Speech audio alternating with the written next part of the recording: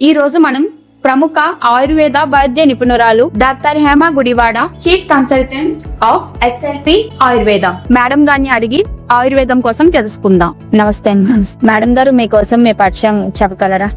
నా పేరు డాక్టర్ హేమ గుడివాడే అండి. నా పుట్టినూరు కాకినాడ. నేను 2014లో ఆయుర్వేద బిఏఎంఎస్ కంప్లీట్ చేశాను విజయవాడలో. 2015 నుంచి 2021 వరకు కాకినాడలో రామ్జీ ఆయుర్వేదాలు వర్క్ చేశానండి. ఆ తర్వాత మా గురువు గారు డాక్టర్ జేఎల్ఎన్ శాస్త్రి గారి దగ్గర వర్క్ చేసి వైజాగ్లో ఎస్ఎల్పి ఆయుర్వేద వైద్యశాలను ప్రాక్టీస్ స్టార్ట్ చేశానండి. మెయిన్ ఎస్ఎల్పి ఆయుర్వేద మోటివ్ ఏంటంటే స్వాస్థ్య లక్ష్య పరంపర, అంటే ఆరోగ్యాన్ని అందరికీ ఒకరి నుంచి ఒకరికి పంచడమే మా యొక్క లక్ష్యంగా పెట్టుకున్నామండి. మీరు ఈ ఆయుర్వేదిక్ వైద్యమే ఎందుకు ఎంచుకున్నారండి? ఆయుర్వేద వైద్యాన్ని నేను ఎంచుకోలేదండి, ప్రకృతి ఆయుర్వేద వైద్యం వైపు నన్ను నడిపించింది. ఎందుకు అలా చెప్పానంటే, అందరిలాగే నేను ఎంబీబీఎస్ చదవాలనుకున్నాను, చదివాను, నీడే ఎగ్జామ్ రాశాను. కానీ ఎంబీబీఎస్ రాక ఆయుర్వేదానికి వెళ్ళాను. ఆయుర్వేదం చదువుతున్నప్పుడు నాకు జీరో నాలెడ్జ్.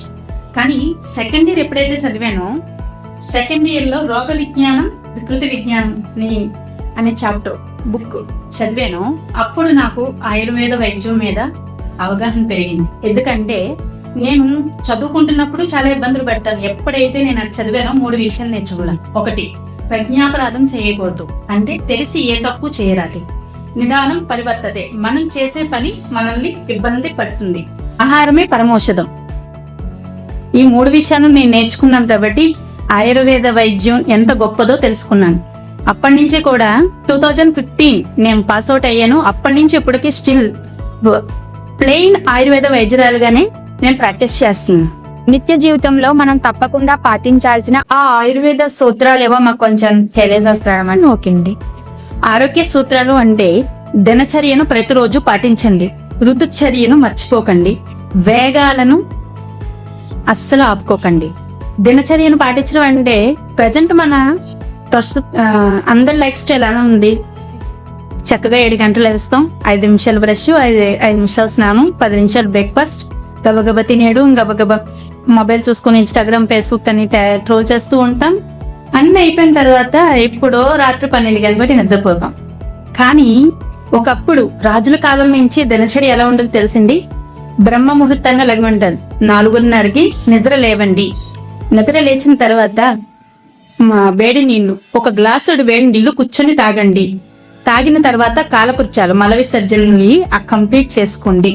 చేసుకున్న తర్వాత తైల అభ్యంగం అంటే ఏంటంటే మన బాడీకి ప్రతిరోజు ఆయిల్ రాసుకోమని చెప్తారు. మనమేమో సంవత్సరానికి ఒకసారి భోగి రోజు రాసుకుంటాం, కానీ తైల అభ్యంగం డైలీ రాసుకోవాలి. రాసుకున్న తర్వాత లైట్ వ్యాయామం చేయమని చెప్తారు. వ్యాయామం చేసిన తర్వాత దంతదావం, బ్రష్. ఫస్ట్ చేసేదే బ్రష్ చేయడం, కానీ ఒరిజినల్ గా దంతదావం అంటే బ్రష్ చేయమని చెప్తారు. నీట్గా వేపపుల్లతో చెమటలు, వేపల బొల్లు, ప్లాస్టిక్ బ్రష్లు అయితే వచ్చేసాయి మనకి. ఓకే, బ్రష్ అనేది బాగా చేసిన తర్వాత స్నానం చేయమని చెప్తారు. మంచిగా ఆయిల్ ఏదైతే రాసుకున్నామో అది తైలాభ్యామం చేసిన తర్వాత వ్యాయామం చేయండి, వ్యాయామం తర్వాత స్నానం చేయండి అంటారు. మన తైలాభ్యామం చేస్తుంటే అదొక వ్యాయామం అని చెప్పేవారు ఒకప్పుడు. ఇప్పుడు స్నానమే జస్ట్ 5 మినిట్స్, ఇంకా వ్యాయామం ఎక్కడ జరుగుతుంది అక్కడ? ఓకేనండి. ఈ దినచర్య ఆహారం సాత్విక ఆహారం తీసుకోమని చెప్తారు, అంటే తేలికగా అరిగిపోయే ఆహారం. ఇంట్లో వండిన ఆహారం తీసుకోండి అని చెప్తారు. మంచిగా నిద్రపోండి అంటారు. మనమేమో 12 గంటల వరకు స్క్రీన్ లైట్ చూస్తూనే ఉంటాం. ఈ దినచర్య పాటించేటప్పుడు రెగ్యులర్ గా దినచర్యని ఎవరైతే పాటిస్తారో ముందు మన జ్ఞానేంద్రియాలు బాగా ఉంటాయి. కళ్ళు, ముక్కు, చెవులు అన్ని హెల్తీగా ఉంటాయి. అక్కడే మనకి సగం ఆరోగ్యం వచ్చేస్తుంది. నెంబర్ 2, ఋతుచర్య. ఋతు అంటే ఏంటి? ప్రతి 2 నెలలకి క్లైమేట్ మారిపోద్ది. మనకు తెలిసిన 3 కాలాలు: వేసవి కాలం, వర్షాకాలం, చలికాలం. ఈ 3 కాలంలో వేసవికాలంలో మామిడికాయలే తెలుస్తాయి. కానీ మనం అసలు ఋతుచర్య అనేది ప్రతి ఒక్కరూ తెలుసుకోవాలి. ఎందుకంటే వేసవికాలం నుంచి వర్షాకాలం వచ్చేటప్పుడు చాలా మంది వేసవికాలంలో ఏం చేస్తాం? మంచిగా కూల్ డ్రింక్స్ ఎక్కువ తాగుతాం. వర్షాకాలంలో ఏం చేస్తాం? బజ్జీలు బాగా తింటాం. చలికాలంలో ఏం చేస్తాం? సూప్లో మటన్ సూప్ అది బాగా తీసుకుంటాం, కామన్ అది. ఇప్పుడు ఈ 3 కాలాల మధ్యలో ఋతు సంధి అనేది ఏర్పడుతుంది. అది వేసవికాలం నుంచి వర్షాకాలం, వర్షాకాలం నుంచి చలికాలం, చలికాలం నుంచి మళ్ళీ వేసవికాలం వచ్చే టైంలో 7 రోజులు వేసవకాలం, 7 రోజులు వర్షాకాలంలో, మొత్తం 14 రోజులు ఋతు సంధి అనేది ఏర్పడుతుంది. అంటే మార్పు జరుగుతుంది. వేసవకాలంలో వేడి అనేది నెమ్మదిగా తగ్గి వర్షాలు స్టార్ట్ అవుతాయి. సో ఆ ఋతు సంధి టైంలో మనం చాలా జాగ్రత్తగా ఉండాలి అని చెప్తారు. మనం మాత్రం వేసవకాలం వచ్చిందా, ఓకే కొట్టండి కూల్ డ్రింక్స్, ఐస్ క్రీమ్స్, తాటి మంజులు. వర్షాకాలం వచ్చిందా, ఓకే KFC పట్టుకొని రండి, లేకపోతే చికెన్ తినండి అంటాం. శీతాకాలం వచ్చిందా, ఓకే దుప్పటి కప్పుకొని కొట్టుకోండి అంటాం. కానీ ఈ ప్రతి ఋతువు గురించి మనం వేసవకాలం తీసుకోండి. జనరల్లీ వేసవకాలంలో అకార్డింగ్ టు ఆయుర్వేద అధిక వ్యాయామం చేయకూడదు అంటారు. కానీ వేసవకాలంలో సమ్మర్ హాలిడేస్ అని చెప్పి ఎక్కువ వ్యాయామం చేస్తారు. అది మంచిది కాదు. వేసవకాలంలో చల్లని పదార్థాలు తీసుకోకండి అంటారు. కానీ డైలీ కూల్ డ్రింక్ తాగి ఊరు కూడా ఉన్నారు. స్ప్రైట్ చల్లనిది అని చెప్పి స్ప్రైట్ తీసుకుంటాం. చల్లని పదార్థాలు తీసుకోవాలి, కానీ ఎలాంటివి? సబ్జా, కొబ్బరి నీళ్ళు, ఇలాంటి కటోర, ఇలాంటివి కదా. కానీ మనం ఎన్ని మర్చిపోతున్నాం. ఈ ఋతువుల గురించి తెలుసుకొని కాలం మార్పిడి జరుగుతున్నప్పుడు మనం జాగ్రత్తగా ఉన్నాం అనుకోండి, దాని వల్ల వచ్చే ఇన్ఫెక్షన్స్ అనేవి మన బాడీని తెరిచేరకుండా ఉంటాయి. మూడవది, వేగాలను ఆపకండి. వేగాలంటే ఏంటి? మూత్రం, మళ్ళా అపానవాయువు అంటే బాంబులు. కానీ జనాల్లో ఉన్నప్పుడు అమ్మో ఏగూడదు, షైగా ఫీల్ అవుతాం. తేంపులు, ఎక్కిళ్ళు, ఓకే. నెక్స్ట్ ఆకలి, దప్పిక, దాహం కూడా కొంతమంది ఆపేస్తారు. తర్వాత శుక్రం, మనకేమైనా అర్జెన్స్ వచ్చాయనుకోండి, ఫీలింగ్స్ వచ్చిన వాటిని ఆపేస్తారు. ఇలా మనకు వచ్చిన ఎమోషన్స్ ని మనం ఆపకూడదు. అది ఫిజికల్ ఎమోషన్స్ ఉంటాయి. మెంటల్ ఎమోషన్స్ ఎలాగా ఆపాలి, తప్పదు. కానీ ఫిజికల్ గా కూడా మనకు వచ్చిన ఈ వేగాలను ఆపేసాం అనుకోండి, రోగాలు తప్పవు కదా. సో ఈ 3 సూత్రాలు ఎప్పుడైతే మీరు పాటించారో ఆరోగ్యం మీ చేతుల్లోనే ఉంటది. ఓకేనా? నాడి అంటే ఏంటి మేడం? నాడి తడని గురించి వివరిస్తారా? ఓకేనండి. ఆయుర్వేదంలో నాడి అంటే పూర్వీకుల నుంచి కూడా వస్తుంది. ఏంటండి, ఒకప్పుడు డయాగ్నోసిస్ ఏంటి, మనకి ల్యాబ్ టెస్ట్ లేవు. ఎలాగ డయాగ్నోసిస్ ఎలా చేసేవారు ఒకప్పుడు? ఈ నాడీ పరీక్ష ద్వారానే వ్యాధి నిర్ధారణ అనేది జరిగేది. ఈ 3 నాడులు ఏదైతే వాత, పిత్త, కఫ ఉంది, ఓకే పిత్తం అగ్రివేట్ అయ్యింది, ఈ మందు వాడు పొట్ట సరి అవుతుంది అని చెప్పేవారు ఒకప్పుడు. ఇప్పుడు ఈ నాడీ పరీక్ష అనేది ఎవరికి తెలియదు. ఎందుకంటే చాలా తక్కువైపోతున్నారు. ల్యాబ్ టెస్ట్ల మీద ఉన్న ఇంట్రెస్ట్ నాడీ పరీక్ష మీద ఉండట్లేదు. అసలు నాడి అంటే ఏంటి? మన శరీరం ప్రకృతి పరీక్ష అనేది ఉంటది. ఏంటంటే మనిషి శరీర తత్వాన్ని బట్టి, మానసిక స్థితిని బట్టి 3 రకాల నాడులుగా వివరించారు. అది వాత ప్రకృతి, పిత్త ప్రకృతి, కఫ ప్రకృతి. అలాగే ఏదైనా మనకు ఇబ్బంది వచ్చిందనుకోండి, దోషానుసారంగా కూడా ఇవే 3 నాడులు ఏర్పడతాయి. అది వాత దోషం ఏర్పడినప్పుడు ఎలా ఉంటది మనిషికి, పిత్త దోషం ఏర్పడినప్పుడు ఎలా ఉంటది, కఫ దోషం ఎలా ఉంటది అనేది ఈ నాడి ద్వారా మనం తెలుసుకోవచ్చు. అలాగే నేను 15 ఇయర్స్ అయింది నేను వచ్చి. ఈ 15 ఇయర్స్ లో నేను మాన్యువల్ గానే చూసాను. ఇప్పటి వరకు మాన్యువల్ గా నాడు చూసి చెప్పేదాన్ని.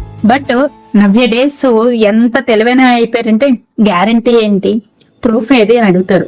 ఆయుర్వేదిక్ నాడీ పరీక్షకు కూడా ఇప్పుడు ప్రూఫ్ చూపించారండి. అదేంటంటే నాడీ తరంగిణి. ఇదేంటంటే మేము నాడి పట్టుకొని చెప్పేది ఏంటంటే, ఇది సేమ్ నాడి పట్టుకుంటది. ఇది కూడా పల్స్ వేవ్ ని బట్టి, అంటే నాడీ తరంగాన్ని బట్టి ఏ దోష అగ్రివేట్ అవుతుంది అనేది ఇది చెప్తుంది. ఇదేంటంటే మన ఆహారం, శారీరక స్థితి ఎలా ఉంది, ప్రకృతి పరీక్ష, వికృతి పరీక్ష, ఇవన్నీ చేస్తుంది.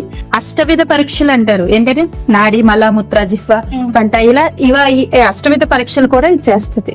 ఈ నాడీ పరీక్షలో శరీర తత్వం ఎలా ఉంది, అగ్ని, పొట్ట యొక్క అగ్ని ఎలా ఉంది, ఇవన్నీ చెప్తారు. చూడండి దీని మీద, ఇది జస్ట్ ఇలా పెట్టుకోవడం ఏంటి, ఇలా పెట్టుకుని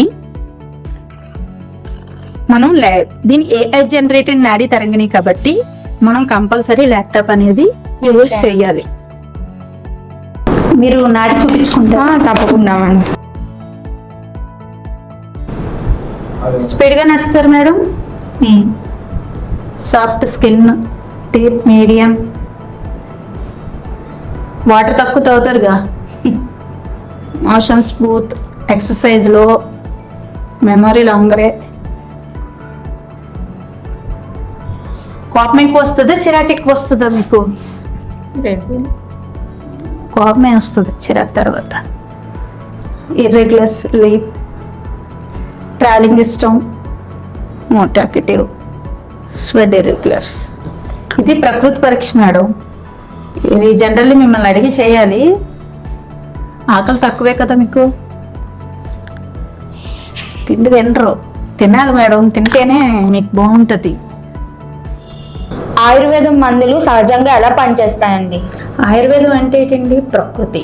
ఆయుర్వేదం మందులు అంటే ప్రకృతి నుంచి, ప్రకృతి వనరుల నుంచి మనం తీసుకునే ఔషధాలు కదండి. ఒక మొక్క మొలకెత్తి పండించి చెట్టయి దాని నుంచి తీసుకునే ఔషధం ఏం చేస్తుంది? రోగం యొక్క మూలాన్ని కనిపెడుతుంది. ఆయుర్వేదం మందులు మూలాన్ని కనిపెట్టి మూలాన్ని ఫంక్షనల్గా ఏదైతే మీకు ఇబ్బంది ఉందో దాన్ని క్లియర్ చేసి ఆ తర్వాత రోగాన్ని తగ్గిస్తుంది. ఓకేనండి. రోగాన్ని ఎప్పుడైతే మూలాన్ని ఎప్పుడైతే తగ్గిస్తుందో రోగం దానికి అది నెమ్మదిగా తగ్గుతూ ఉంటుంది. ఆయుర్వేదం మందులు స్లో అని అంటారు జనరలీ, కానీ స్లో కాదండి. ఆయుర్వేదం రోగాన్ని తగ్గించడం దాని మెయిన్ ప్రయారిటీ కాదు, రోగం యొక్క మూలాన్ని. ఫర్ ఎగ్జాంపుల్ దగ్గు వస్తుంది అనుకోండి, దగ్గు వస్తే మనకి ఎలా అంటే దగ్గు తగ్గిపోవాలంటారు, కానీ దగ్గు రావడానికి కారణం ఏంటి? కఫం పెరిగిపోద్ది. ఇప్పుడు ఆయుర్వేదం మందు వేస్తే ఏం చేస్తుంది అంటే కఫాన్ని ఎరగొట్టి కఫం నోటి ద్వారా కానీ ముక్కు ద్వారా కానీ కఫం బయటకు వచ్చేస్తుంది. అది వస్తే కానీ థ్రోట్ క్లియర్ అవ్వదు. అది థ్రోట్ క్లియర్ అయితే కానీ దగ్గు ఆగదు. కానీ మనం దగ్గు సిరప్ ఇచ్చేయాలి, దగ్గు తగ్గిపోవాలి అని అనుకుంటాం. కానీ ఆయుర్వేదం మందులు ముఖ్య ప్రాముఖ్యత ఏంటంటే రోగాన్ని తగ్గించడం కాదు, రోగం యొక్క మూలాన్ని కనిపెట్టి తగ్గించడం ఆయుర్వేద మందు ప్రత్యేకత. సీజనల్ గా మన ఆరోగ్యాన్ని కాపాడుకోవడానికి ఎలాంటి సలహాలు ఇస్తారండి? సీజనల్గా మనం తీసుకోవాల్సిన జాగ్రత్తలు ఏంటంటే, మనకి తెలిసింది ఎండాకాలం, వర్షాకాలం, చలికాలం.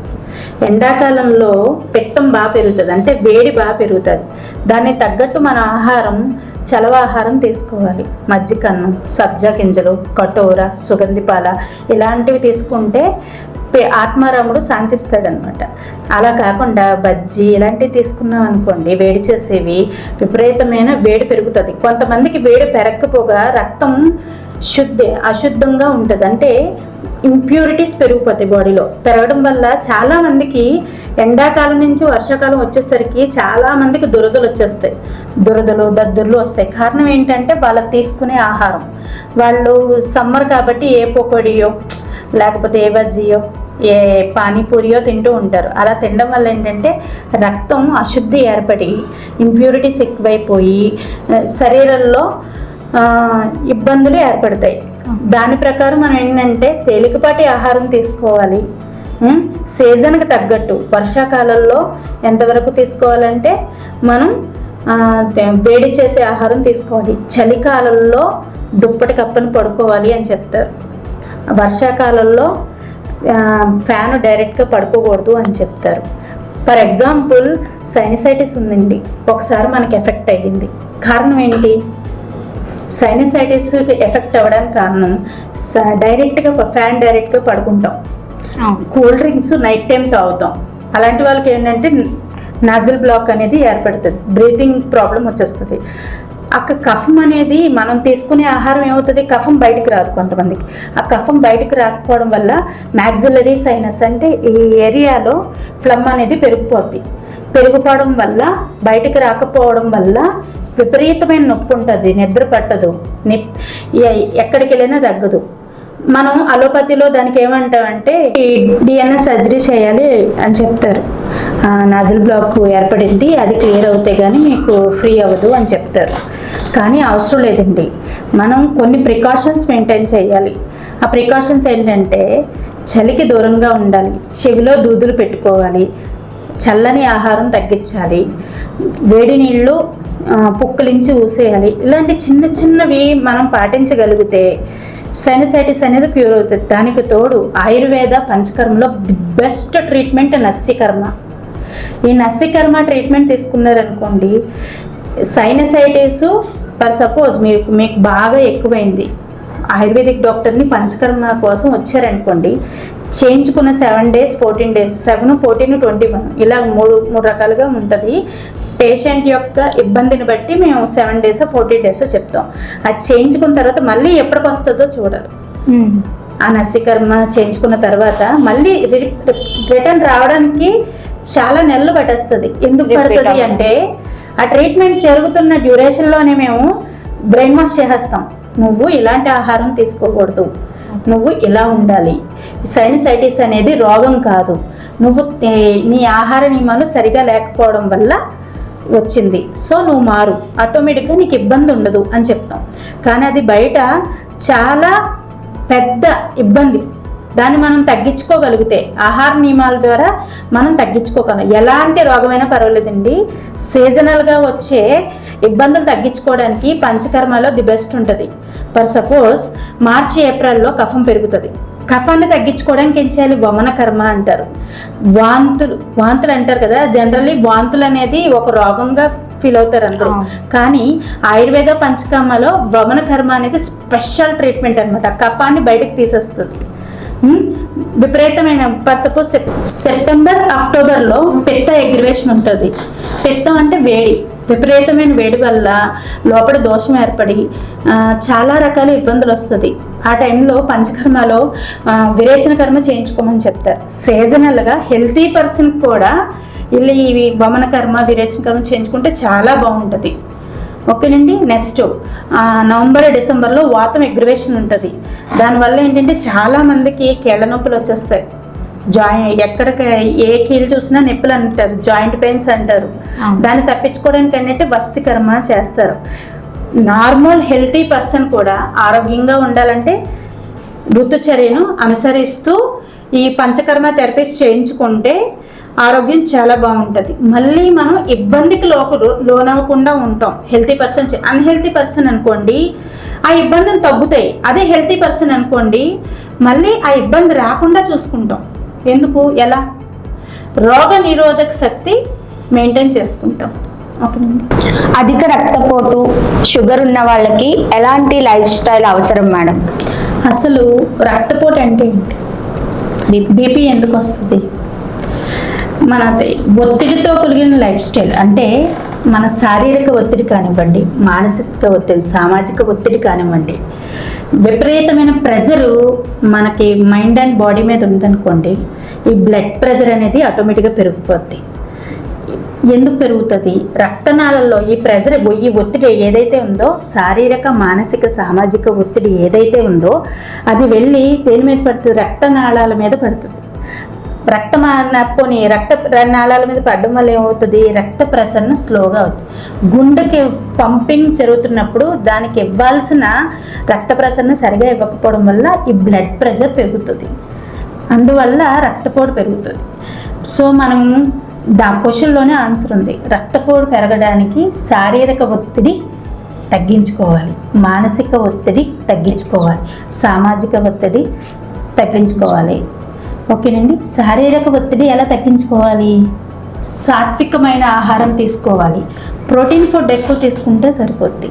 అన్నిటికన్నా ముఖ్యమైనది బ్లడ్ ప్రెషర్కి మనసు అనేది స్థిమితంగా ఉంచుకోవాలి. ఓకేనండి. మనసు ఎంత స్థిమితంగా ఉంటే బీపీ అంత కంట్రోల్లో ఉంటుంది.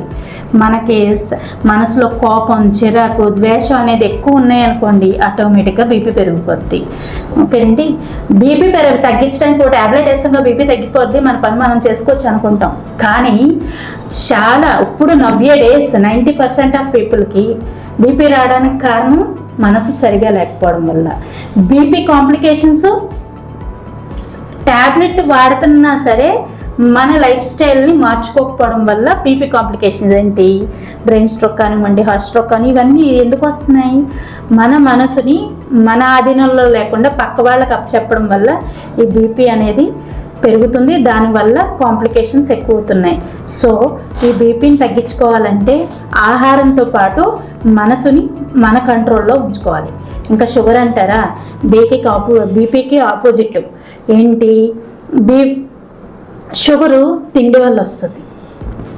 తిండి అన్కంట్రోల్డ్ అంటే మనం తింటున్నప్పుడు దానికి అడ్డు అదుపు ఉండదు అనమాట. ఎంత కావాలితే అంత తినేస్తాం. తిన్న వెంటనే పోనీ వ్యాయామం ఉంటుందా? ఉండదు. కూర్చొనే తింటాము, కూర్చొనే పని చేసుకుంటాం, వెంటనే నిద్రపోతాం. సరైన వ్యాయామం లేకపోవడం వల్ల ఈ షుగర్ అనేది ఏర్పడుతుంది. షుగర్ని కంట్రోల్ చేసుకోవాలంటే నవ్య డేస్ చాలా టెక్నిక్స్ వచ్చేసాయి.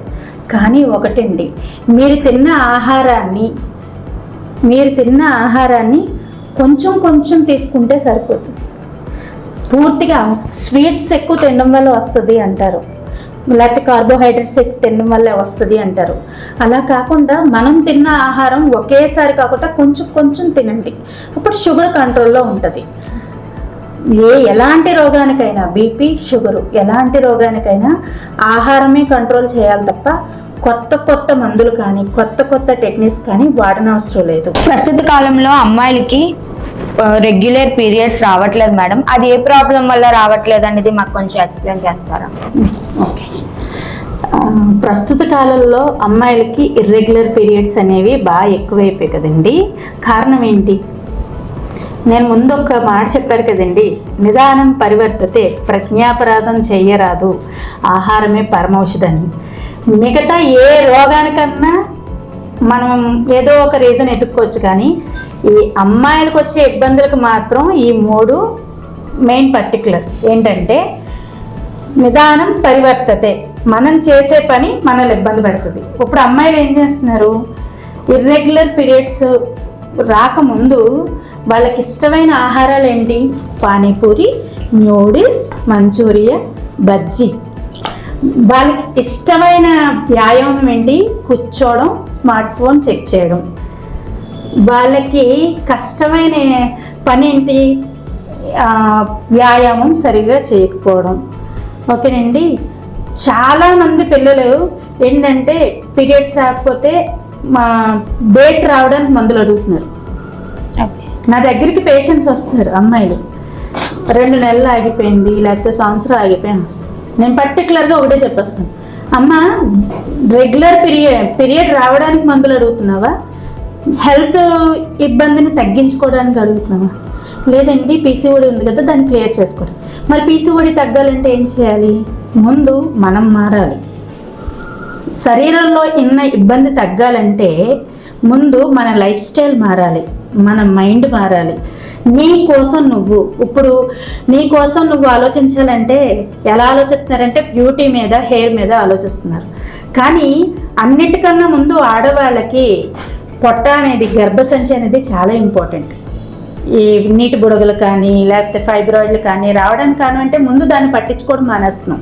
ఒకప్పుడు ఫస్ట్ నెలసరి అయినప్పుడు మా చిన్నప్పుడు కూడా అయింది, నువ్వులుండలు పెట్టిపోరు, నువ్వుల నూనె తాగి పసుపు ముద్దలు మింగించేవారు. ఇప్పుడైతే పసుపు ఐ డోంట్ లైక్ ఇట్ అంటారు.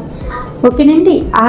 అలాంటిది ఎప్పుడే ఈ ఇర్రెగ్యులర్ పీరియడ్స్ తగ్గాలంటే ముందు నిత్యం మీ శరీరాన్ని మీరు బాగా చూసుకోవాలి. అంటే ఆడపిల్ల నెలసరి టైంకి ముందు 28 రోజులు నెలసరి, 20 రోజులు మీరు మీ ఆరోగ్యాన్ని బాగా చూసుకోవాలి. ఎలా చూసుకోవాలి? జంక్ ఫుడ్ జోలికి వెళ్ళకూడదు, స్పైసీ ఫుడ్ జోలికి వెళ్ళకూడదు. తినిన వెంటనే ఒక 10 నిమిషాలు నడవాలి. ఓకే. టైంకి నిద్రపోవాలి. స్ట్రెస్ ఎక్కువ పెట్టుకోకూడదు. ఈ జనరల్లీ ఏంటంటే ఏజ్ ఫ్యాక్టర్ 13 to 18 పిల్లలకు కూడా ఇర్రెగ్యులర్ పీరియడ్స్ ఉన్నాయి. అంటే నెలసరి వచ్చిన తర్వాత కూడా పీరియడ్స్ వచ్చేస్తున్నాయి, పీరియడ్ ఆగిపోతున్నాయి. వాళ్ళకి ఏంటంటే సరైన ఆహారం సరిగా తీసుకోకపోవడం వల్ల వస్తాయి. ఇక్కడ ఈ 20 ఏజ్ పిల్లలు ఉన్న 20 to 80 ఏజ్ ఏంటంటే వాళ్ళు కాలేజ్ లైఫ్ కదండి. కాలేజ్లో ఏం చేస్తారు? అయితే సిట్టింగ్ పొజిషన్ లేకపోతే స్టాండింగ్ పొజిషన్, అంతేకాని వాళ్ళకి టాయిలెట్ వస్తే వెళ్ళరు. అడ్జస్ట్ అనేవి సప్రెస్ చేసేసుకుంటారు. దానివల్ల ఏంటంటే పీరియడ్స్ అనేవి ఇర్రెగ్యులర్ అయిపోతాయి. జంక్ ఫుడ్ జోలికి వెళ్ళకుండా, చాక్లెట్స్ జోలికి వెళ్ళకుండా మీ హెల్త్ కోసం మీరు ఒక 6 months మెయింటైన్ చేశారనుకోండి, ఆటోమేటిక్గా రెగ్యులర్ పీరియడ్స్ వచ్చేస్తాయి. ట్యాబ్లెట్స్ గైనిక్ ప్రాబ్లంకి ట్యాబ్లెట్స్ అన్నట్టు ఏముండవండి. జనరల్లీ అకార్డింగ్ టు ఆయుర్వేద అంటే వే ఆఫ్ లైఫ్ స్టైల్ మారడం. మనం మన శరీరాన్ని, మన దినచర్యను మార్చుకుంటేనే నెలసరులని నార్మల్ అవుతాయి. అలోపతిలో కూడా పెద్ద మెడిసిన్స్ ఏవీ లేవండి. బ్లీడింగ్ స్టాప్ చేయడానికి ట్యాబ్లెట్స్ ఉన్నాయి, లేకపోతే బ్లీడింగ్ అవ్వడానికి ట్యాబ్లెట్స్ ఉన్నాయి. కానీ రెగ్యులర్ అవ్వడానికి ఎలాంటి మందులు లేవు. ఒకటే మందు, మనల్ని మనం మార్చుకోవాలి. మార్చుకుంటేనే రెగ్యులర్ పీరియడ్స్ అనే వస్తాయి. ఈ రెగ్యులర్ పీరియడ్స్ మాట్లాడడానికి చిన్న కారణం ఉంది. ఈ మధ్య ఒక 14 years పాప వచ్చింది. 2025లో డేట్ అనేది ఆగిపోయింది. 1 year అయిపోయింది. ఎలాంటి ప్రాబ్లం లేదు కదా అని వదిలేశారు. ప్రాబ్లం ఇప్పటికీ లేదు, కానీ పీరియడ్ ఎందుకు రాలేదు అనే ఆలోచన లేదు. ఇప్పుడు నేను సింపుల్ లాజిక్, మీరు ఆహారం డైట్ ఎలా మెయింటైన్ చేయండి, జస్ట్ నేను ఇచ్చింది ఐరన్ కాల్షియం అంతే. ఎందుకంటే ఐరన్ కాల్షియం లోపం వల్ల రక్తం తగ్గిపోయి నెలసర్లు అనేవి లేట్ అవుతాయి. ఆ విషయం గ్రహించరు. అర్థమైందా? నెక్స్ట్ ఈ పీరియడ్ వచ్చిన తర్వాత మందులు మారుస్తారా? యాక్చువల్లీ నేను నెలసరి రావడానికి మందులు ఇవ్వట్లా. మీ లైఫ్ స్టైల్లో ఐరన్ కాల్షియం డెఫిషియన్సీ చేంజ్ చేయడానికి మాత్రమే ఆయుర్వేదంలో మందులు ఇస్తారు. ఆయుర్వేదంలో ది బెస్ట్ డ్రగ్ ఏంటంటే అశోక లేకుండా వేరే ఎలాంటిది మందు ఉండదన్నమాట. ఆ అశోకాన్ని మీరు తీసుకుంటే కనుక నిత్యం కషాయంలో తీసుకుంటే రెగ్యులర్ పీరియడ్స్ వస్తుంది. అమ్మాయిలు ముఖ్యంగా చిగుడు బాగా తినాలి. నెలసరి వచ్చినప్పుడు పసుపు ముద్దలు మింగండి. నెలసరిలో నాన్ వెజ్ తగ్గించండి. కూల్ డ్రింక్స్ జోలికి వెళ్ళకండి. ఈ 4 నియమాలు డేట్ వచ్చినప్పుడు పాటిస్తే గనుక మళ్ళీ నెక్స్ట్ పీరియడ్ ఎలాంటి ఇబ్బంది ఉండదు. గర్భిణీ స్త్రీలకు పాలిచ్చే తల్లులకు మీరు ఎలాంటి సలహాలు సూచిస్తారండి? గర్భిణీ స్త్రీలు పాలిచ్చే తల్లులు ఇప్పుడు ప్రెగ్నెన్సీ రావడానికి మనం పీసీఓడి ఇవన్నీ క్రాస్ చేస్తే ప్రెగ్నెన్సీ వస్తుంది. ఈ ప్రెగ్నెన్సీలో కూడా చాలా మందులు వాడేస్తున్నారండి. అన్ని మందులు అవసరం లేదు నాకు తెలిసి. జాగ్రత్తగా మీరు పర్ఫెక్ట్ ఆయుర్వేద డాక్టర్ని కలిస్తే గర్భ సంస్కారాలు అనేది మీకు నేర్పుతారు. అంటే ఫస్ట్ మంత్లో ఎలా ఉండాలి, సెకండ్ మంత్లో ఏ ఫుడ్ తీసుకోవాలి, థర్డ్ మంత్లో ఏ ఫుడ్. స్పెషల్లీ ఆయుర్వేదలో ఫస్ట్ మంత్లో పాలు తాగమని చెప్తారు. మంచిగా డైలీ ఆ ఫస్ట్ నెల అంతా పాలు బాగా తీసుకోండి, బ్యాక్ రెస్ట్ బాగా ఇవ్వండి అని చెప్తారు. సెకండ్ మంత్ వచ్చేసరికి పాలు నెయ్యి బాగా తీసుకోమని చెప్తారు. అలాగా ప్రతి నెల స్పెసిఫిక్గా గర్భ సంస్కారం అనేది ఉంటుంది. ప్రతి నెల ఈ ఆయుర్వేదిక్ డాక్టర్ని మీరు అప్రోచ్ అవుతే ఈ స్పెషల్ కేర్ అనేది మనం నేర్చుకోవచ్చు. కానీ నవ్వే డేస్ ఏంటంటే టోటల్ బెడ్ రెస్ట్ ఇచ్చేస్తున్నారు, లేకపోతే ఎక్కువ మెడిసిన్స్ తీసుకుంటున్నారు. బట్ ఎప్పుడైతే అమ్మాయిలు ఆహార నియమాలు పాటిస్తూ ప్రెగ్నెన్సీ కేర్ జాగ్రత్తగా తీసుకుంటే, గర్భిణీ స్త్రీలకు నేను స్పెషల్గా ఏం చెప్పనండి. ఇప్పుడు నవ్వే డేస్ ఏంటంటే ఓపిక అనేది తక్కువ. ఇప్పుడు నేను ఏం చెప్పినా ఇబ్బంది పడతారు. అలా కాకుండా ఆయుర్వేదిక్లో కూడా స్పెషలైజేషన్ ఉంది. గైనిక్ ఆప్స్, ప్రసూతి స్త్రీరోగ అని చెప్పి స్పెషలైజేషన్ ఉంది. ఆ డాక్టర్ అండర్లోనే మీ ఆహార నియమాలు కానివ్వండి, మందులు కానివ్వండి వాడితే ఫ్రీ డెలివరీ అయ్యే ఛాన్సెస్ 90% ఉన్నాయి. మా గురువులు చాలామంది, డాక్టర్ విజయశాంతి గారు, కోలా విజయకుమారి గారు, ఇలాగా వాళ్ళు ఇచ్చే ఆహార నియమాలు చెప్తే చాలామంది పేషెంట్స్ ఫ్రీ డెలివరీ అవుతుంది. ఇప్పుడు ఫ్రీ డెలివరీ అవ్వడం అనేది చాలా టఫ్ అండి. మీరు ఒకసారి ఆయుర్వేదిక్ డాక్టర్ని కన్సల్ట్ అవుతే బాగుంటుంది. నెక్స్ట్ పాలిచ్చే తల్లులు అన్నారు కదా, ఈ ప్రెగ్నెన్సీ అయిన తర్వాత డెలివరీ ఉమెన్ ఎలా ఉంటారంటే, ఇప్పుడు జిప్ ఆపరేషన్ కానివ్వండి, లేకపోతే కుట్లు కానివ్వండి, ఇప్పుడు ఆహార నియమాలు ఏం పాటించాల్సిన అవసరం లేదు అంటున్నారు. కానీ మై ఓన్ ఎక్స్పీరియన్స్, ఆ 3 నెలలు మనం ఆహార నియమాలు జాగ్రత్తగా పాటించగలిగితే, అంటే పచ్చం చేయడం అంటే అన్ని తినకపోవడం కాదు, తిండి మానేయడం కాదు, తినవలసిన ఆహారం ఖచ్చితంగా తినాలి. అంటే సపోజ్ కుట్లు మానడానికి కైమా పెట్టాలి అంటారు. కైమా బాగా తింటేనే మీకు కుట్లు బాగుంటాయి, నడుము పట్టు బాగుంటుంది. కంపల్సరీ పాలు తాగాలి అంటారు, వేడి నీళ్లు ఎక్కువ తీసుకోవాలి అంటారు. కానీ ఇప్పుడు అన్ని రకాల ఫుడ్స్ తినేస్తున్నారు, దట్స్ ఓకే. కానీ మీరు పొరటాలు ఎవరైతే ఉన్నారో వాళ్ళు ఆరోగ్యంగా ఉండాలి అంటే ముందు రెస్ట్ బాగా తీసుకోవాలి. తినవలసిన ఆహారాన్ని అస్సలు నెగ్లెక్ట్ చేయకండి. ఎందుకంటే పొరటాలు పచ్చమని చెప్పి పెద్దవాళ్ళు పెడతారు, మనం ఎందుకు వీళ్ళు ఎలా మమ్మల్ని ఇబ్బంది పెట్టేస్తున్నారు, ఏం ఫుడ్ పెట్టకుండా. కానీ వాళ్ళు పెట్టే ఫుడ్డే మనకి నడుము బలాన్ని ఇస్తుంది, తర్వాత ఆపరేషన్స్ జరిగినప్పుడు పట్టునిస్తాయి, తర్వాత ఎలాంటి శారీరక ఇబ్బంది లేకుండా చూసుకుంటుంది. ఓకేనండి. ఈ డెలివరీలో మాత్రం పెద్దవాళ్ళ మాట వినమని మాత్రం చెప్తాను నేను.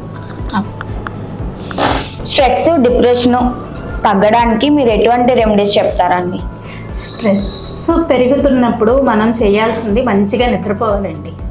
నిద్రపోయిన తర్వాత మన కోసం మన శరీరాన్ని ఫిట్నెస్ మెయింటైన్ చేయాలి. అంటే వ్యాయామం బాగా చేయాలి, ప్రాణాయామ, శ్వాస మీద ధ్యాస పెట్టాలి. అన్నిటికన్నా ఆయుర్వేదంలో ఏంటంటే శిరోధార అని ఉంటుందండి. ఎక్కువ స్ట్రెస్ ఫీల్ అయ్యారనుకోండి, ఆయుర్వేదంలో పంచకర్మలో శిరోధార అనేది ఒక థెరపీ ఉంటుంది. మీరు 7 days చేయించుకుంటే చాలు, ఆ డిప్రెషను ఏముండు, రిలాక్సేషన్ ఉంటుంది అనమాట. అంతేకాకుండా మీరు ఒకవేళ ఆ థెరపీస్ అయ్యి మనం చేయించుకోలేవు అనుకుంటే సింపుల్ థింగ్, ఆయిల్ తీసుకొని జస్ట్ ఇక్కడ తల మీద పెట్టుకొని లైట్గా మసాజ్ ఇచ్చేసుకోండి. అప్పుడు ఇచ్చుకుంటే ఏదైతే స్ట్రెస్ లెవెల్ ఉంటుందో ఆటోమేటిక్గా రిలాక్స్ అయిపోతారు. స్ట్రెస్ తగ్గడానికి జనరల్లీ చాలామంది కూల్ డ్రింక్స్ బాగా తాగుతున్నారండి. అస్సలు తాగకూడదు, బ్రెయిన్కి ఎఫెక్ట్ అయ్యే ఛాన్సెస్ ఎక్కువ ఉంటాయి. ఒకవేళ తాగాలనుకుంటే పండ్ల రసాలు బాగా తీసుకోండి, పాలు తీసుకోండి, ఓకేనా? ఆయుర్వేదాలో ఫేక్ మందుల్ని ఎలా గుర్తించాలండి? ఫేక్ మందులే కదండి, ఫేక్ డాక్టర్స్ని కూడా మీరు గుర్తించాలి. ఎందుకంటే డాక్టర్స్ పెరిగే కొలది మందులు కూడా పెరుగుతున్నాయి. ఒరిజినల్ ఆయుర్వేద డాక్టర్ ఎప్పుడు గ్యారంటీ వారంటీలు ఇవ్వరండి. అంటే నెలలో కీళ్ళ నొప్పులు తగ్గిపోతాయి, 3 నెలల్లో పక్షవాతం తగ్గిపోద్ది, 6 నెలల్లో సోరియాసిస్ తగ్గిపోతుంది అని ఎవరైనా డాక్టర్ చెప్తే మాత్రం దయచేసి మీరు నమ్మకండి. ఆయుర్వేద డాక్టర్ ఎప్పుడూ కూడా మీ రోగాన్ని మేము పూర్తిగా 100% తగ్గించేస్తామంటే నమ్మకండి. ఎందుకంటే మనుషులు వేరువేరు, డిఎన్ఏలు వేరువేరు, అలాగే వాళ్ళ నాడి కూడా వేరువేరు ఉంటుంది. శరీరానికి ఎంతవరకు స్టామినా అంటే రోగనిరోధక శక్తి ఎంతవరకు ఉంటుందో దాన్ని బట్టి మాత్రమే మేము వైద్యం చేస్తాం.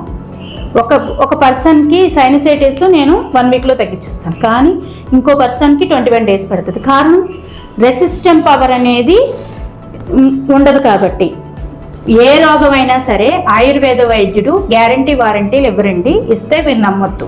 అలాగే మందులు కూడా ఇప్పుడు ఒక ట్యాబ్లెట్ తెస్తారండి, ఆ ట్యాబ్లెట్ తెచ్చి ఈ ట్యాబ్లెట్ వేసుకుంటే నాకు నొప్పులన్నీ తగ్గిపోతున్నాయి, మీ దగ్గర మందులు పనిచేయట్లేదు. మేము ఇచ్చే మందులు రోగం యొక్క మూలాన్ని సరిచేయడానికి ఉపయోగపడుతుంది. ఆయుర్వేద మందులు మనకి చాలా సంవత్సరాల నుంచి క్లాసికల్ ఆయుర్వేద మందులు అనేవి కొన్ని వందలు ఉన్నాయండి. ఇప్పుడు ఈ మందు వాడితే హెయిర్ ఫాల్ అవ్వదు, ఈ మందు వాడితే మోకాళ్ళ నొప్పులు తగ్గిపోతాయని మార్కెట్లోకి చాలా మందులు వస్తున్నాయి. ఇంటింటికి కూడా మందులు తెచ్చి అమ్ముతున్నారు. దయచేసి వాటిని నమ్మకండి. మీరు ఆయుర్వేద మందులు వాడాలి అంటే రిజిస్టర్డ్ డాక్టర్ ఎవరైతే ఉన్నారో వాళ్ళ దగ్గరికి వెళ్ళి తీసుకోండి. లేకపోతే మీరు కొన్న మందు మీద brand name, GMP certificate, licence number, QR code ఇవన్నీ ఉంటాయి, అవన్నీ చెక్ చేసుకొని తీసుకోండి. ఈ మధ్య అయితే ఆ లైసెన్స్ నెంబర్లు కూడా రాంగ్ అయిపోతుంది. ఆయుర్వేదం మందు వాడి కిడ్నీలు పాడైపోయినాయి అని అంటున్నారు చాలామంది. కానీ విషయం ఏంటంటే వాళ్ళు తీసుకునే మందు వాళ్ళు ఎవరి దగ్గర అయితే వాడుతున్నారు ఆ డాక్టరు కరెక్ట్ అయితే ఎవరికి కూడా కిడ్నీలు ఫెయిల్ అవ్వండి. ఎందుకంటే మేము ఎంతవరకు మందులు వాడించగలుగుతామో అంతవరకే వాడిస్తాం. లైఫ్ లాంగ్ ఆయుర్వేద మందులు వాడాలని ఎక్కడ లేదండి. రోగానికి తగ్గ మందు మాత్రమే వాడాలి, ఎంతకాలం వాడాలో అంతవరకే వాడాలి, ఓకేనండి. నేనైతే మాత్రం సెల్ఫ్ లైఫ్ అనేది కొంచెం ఉంటుంది మందుకి. ఆ సెల్ఫ్ లైఫ్ దాటితే నేను ఆయుర్వేద మందులు వాడను. చివరిగా ఒక క్వశ్చన్ మేడం, మన ఇంట్లో హెల్త్ మెయింటెనెన్స్ కోసం ఎలాంటి రొటీన్ చేయాలంటారు? ఒక మల్టీవిటమిన్, ఒక కాల్షియం, ఒక గ్లాసు పాలు ఉంటే చాలండి. మల్టీవిటమిన్ అంటే ఏంటి అడగరా? మల్టీవిటమిన్ అంటే మార్కెట్లో దొరుకుతున్నాయండి. ఇప్పుడు రోజుకో ట్యాబ్లెట్ వేసుకుంటే మీ ఆరోగ్యం మీ చేతుల్లోనే ఉంటుంది అంటారు, కానీ నమ్మకండి. మల్టీవిటమిన్ అంటే మీకోసం మీరు డైలీ నానబెట్టిన 5 బాదం పిక్కలు, 2 ఎండు ఖర్జూర, 2 వాల్నట్టు, 1 అంజూరు. అంజూరు మీకు రక్తాన్ని పెంచుతుంది, వాల్నట్టు బ్రెయిన్ స్టామినాని పెంచుతుంది, ఖర్జూరం పెంచుతుంది, బాదం ఇమ్యూనిటీ పవర్గా ఉపయోగపడుతుంది. ఇది మల్టీవిటమిన్గా ఉపయోగపడుతుంది. మల్టీవిటమిన్ అంటే ట్యాబ్లెట్లు కాదండి, ఆహారమే. ఆహారాన్ని మల్టీవిటమిన్గా డైలీ మీరు తీసుకోవాలి. Next calcium. కాల్షియం అంటే ఏంటి? కాల్షియం కార్బోనేట్ అనుకుంటున్నారా? కాదండి. కాల్షియం అంటే ఒక 100 ml పలచని పాలు, వారానికి ఒక పన్నీరు, ఓకేనండి. నెక్స్ట్ ఆకుకూరల్లో పాలకూర బాగా తీసుకోండి. రెగ్యులర్గా మీ హెల్త్ మెయింటైన్ చేయాలంటే ఈ మల్టీవిటమిన్, కాల్షియం, ఐరన్ అనేది కంటిన్యూగా ఉండాలి. అవి మందుల్లో కాదు, ఆహారంలో మాత్రమే. ఆయుర్వేదాలో ఏవైనా స్పెషలైజేషన్స్ ఉంటాయా అండి? అలోపతి లాగా ఆయుర్వేదాల్లో స్పెషలైజేషన్స్ ఉంటాయా అని అడుగుతున్నారు. ఆయుర్వేద పుట్టే కొన్ని వేల సంవత్సరాలైంది. కొన్ని వేల సంవత్సరాల క్రితమే అష్టాంగ ఆయుర్వేద అని చెప్పి మన శాస్త్రాల్లో రాయబడి ఉందండి. అష్టాంగ ఆయుర్వేద అంటే మనం ఇప్పుడు జనరల్ ఫిజిషియన్ అంటాం, అలాగే ఆయుర్వేద స్పెషలైజేషన్ కాయ చికిత్స. బాలరోగ అంటాం, పిడియాట్రిక్స్ని అకార్డింగ్ టు ఆయుర్వేద బాలరోగ. గైనికాప్స్ అంటారు స్పెషలైజేషన్, దానికి ప్రసూతి స్త్రీరోగ అంటారు. నెక్స్ట్ స్పెషలైజేషన్ సర్జరీ అంటారు అలోపతిలో, ఆయుర్వేదాలో శల్య అంటారు. నెక్స్ట్ ఈఎన్టీ స్పెషలిస్ట్ కూడా ఉన్నారు, ఆయుర్వేదాలో శాలాక్య తంత్ర అంటారు. నెక్స్ట్ ఫార్మకాలజిస్ట్ అంటారు, ఆయుర్వేదాలో రసశాస్త్ర వైశిష్ట్య కల్పన అని స్పెషలైజేషన్ కోర్స్ ఉందండి. ఆయుర్వేదాలో ఎప్పుడో చెప్పారు స్పెషలైజేషన్, మనం కొత్తగా పుట్టాల్సిన అవసరం లేదు. ఇప్పుడు స్పెషలైజేషన్ డాక్టర్స్ కూడా ఆయుర్వేదాలో ఇప్పుడు అవైలబుల్గా ఉన్నారు. కాకపోతే మీరు ఒకసారి డాక్టర్ దగ్గరికి వెళ్ళి మాట్లాడితే మీకు తెలుస్తుంది అసలు మనకి ఈ స్పెషలైజేషన్స్ ఏంటి అనేది. ఓకేనా? థ్యాంక్ యూ మేడం, మీ అమూల్యమైన సమయాన్ని మాకు కేటాయించినందుకు, ఆయుర్వేద కోసం మాకు ఇంత ఎక్స్ప్లెయిన్ చేసినందుకు థ్యాంక్ యూ సో మచ్. మీకు కూడా థ్యాంక్స్ అండి, ఆయుర్వేదాన్ని ప్రజల్లో తీసుకెళ్తున్నందుకు.